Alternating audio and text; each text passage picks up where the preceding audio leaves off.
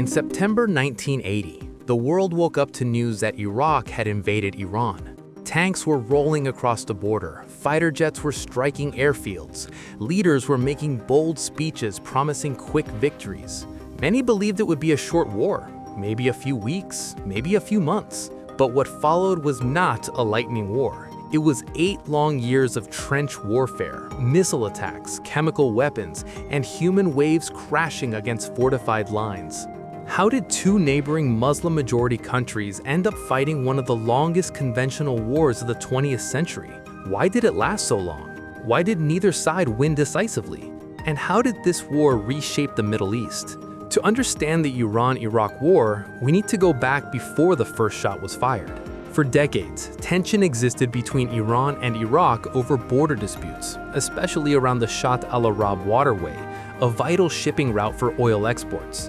Both countries depended heavily on oil, and control over this narrow channel meant economic survival. Agreements were signed in the 1970s to calm tensions, but distrust remained beneath the surface. Then came a massive turning point in 1979, the Iranian Revolution. The Shah of Iran was overthrown and replaced by a new Islamic government led by Ayatollah Khomeini. The revolution shocked the region. Iraq's leader at the time, Saddam Hussein, saw both danger and opportunity. Iran was politically unstable, its military leadership shaken, and its economy disrupted. Saddam believed this was the perfect moment to strike. He had several goals. He wanted to seize disputed territory. He wanted to assert Iraq as the dominant power in the Persian Gulf. And he feared that Iran's revolutionary ideology could inspire unrest among Iraq's own Shia population. So in September 1980, Iraqi forces invaded Iran, expecting a swift and decisive victory. But the war did not go as planned. At first, Iraq made advances, capturing territory and pushing into southwestern Iran. But Iran mobilized quickly. Despite internal chaos, it rallied its population under the banner of defending the revolution. Volunteers, including very young and very old recruits, joined the fight. What Iraq thought would be a short campaign turned into a determined Iranian resistance. By 1982, Iran had pushed Iraqi forces back across the border. At that point, the war could have ended, but it didn't. Instead of stopping at regaining lost territory, Iran carried the war into Iraq. Now the roles reversed. Iraq moved into defensive positions, digging trenches, laying minefields, and building fortified lines. And this is where the conflict became infamous for its trench warfare. The front lines stretched for hundreds of kilometers. Soldiers lived in muddy trenches under constant artillery fire. Attacks often resembled World War I. Human wave assaults across open land, heavy casualties for minimal territorial gain. Cities near the front were reduced to rubble. Entire regions turned into barren battlefields scarred with craters and barbed wire. As the years passed, neither side gained a decisive advantage. It became a war of attrition. Both governments poured resources into the military. Oil revenues funded weapons purchases. Foreign powers quietly took sides, supplying arms, intelligence, or financial assistance. Some countries supported Iraq to counter revolutionary Iran. Others maintained limited ties with Iran. The war became entangled in Cold War politics. One of the darkest aspects of the war was the use of chemical weapons. Iraqi forces used chemical agents, including mustard gas and nerve agents, particularly during the later stages of the conflict. These weapons caused horrific injuries and long-term suffering. The international community condemned their use, but enforcement was weak. Civilians and soldiers alike suffered the consequences. Meanwhile, the conflict expanded beyond land battles.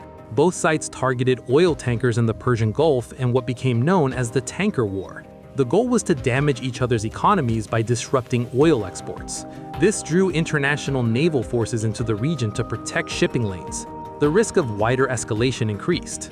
Missile warfare also intensified. Major cities were targeted in what became known as the War of the Cities. Tehran and Baghdad faced repeated missile strikes. Civilians far from the front lines suddenly found themselves in danger. Air raid sirens, blackouts, and bombed neighborhoods became part of daily life. By the mid-1980s, both Iran and Iraq were exhausted. Hundreds of thousands had been killed or wounded. Economies were strained. Infrastructure was damaged. Families on both sides had lost sons, fathers, and brothers. Yet neither leadership wanted to appear weak by accepting defeat. Eventually, international pressure mounted. The UN proposed a ceasefire under Resolution 598. At first, Iran resisted, hoping for better terms. But by 1988, facing economic collapse, battlefield stalemates, and increasing casualties, Iran agreed. Iraq also accepted. In August 1988, after 8 brutal years, the guns fell silent. And what changed? Almost nothing territorially. Borders largely returned to pre-war positions.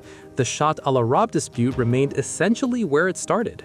After nearly a decade of destruction, the map looked almost the same. That is one of the most tragic realities of the Iran-Iraq war. Immense sacrifice with minimal visible gain. But the consequences were enormous. Iraq emerged heavily indebted, especially to Gulf states that had financed its war effort. Saddam Hussein, facing financial crisis, would later invade Kuwait in 1990, a move that triggered the Gulf War and further reshaped the region. Iran, though battered, strengthened its internal political control. The war solidified the revolutionary government and reinforced its narrative of resistance and survival. The memory of chemical attacks and foreign backing of Iraq influenced Iran's long-term security policies. The war also militarized the region on a new scale. It normalized missile warfare against cities. It exposed weaknesses in international responses to chemical weapons. It deepened sectarian and political divides that continue to influence Middle Eastern politics today. Perhaps most importantly, it left psychological scars. An entire generation in both countries grew up during wartime. Veterans returned with trauma. Families carried grief that never fully healed. The war shaped national identities, in Iran as a sacred defense, in Iraq as a defining chapter of struggle under Saddam's rule. Looking back, the Iran-Iraq war stands as a warning about how quickly regional disputes can escalate, how leadership ambitions can prolong conflict, and how wars of attrition can consume nations without delivering clear victories. It began with expectations of a quick triumph. It turned into 8 years of trenches, missiles, chemical weapons, and stalemate. And when it finally ended, the cost was measured not in territorial change, but in human lives and long-term instability. The Iran-Iraq war reminds us that sometimes the longest wars aren't fought for dramatic conquests, but for pride, fear, and miscalculation. And once they begin, stopping them becomes far harder than anyone imagined.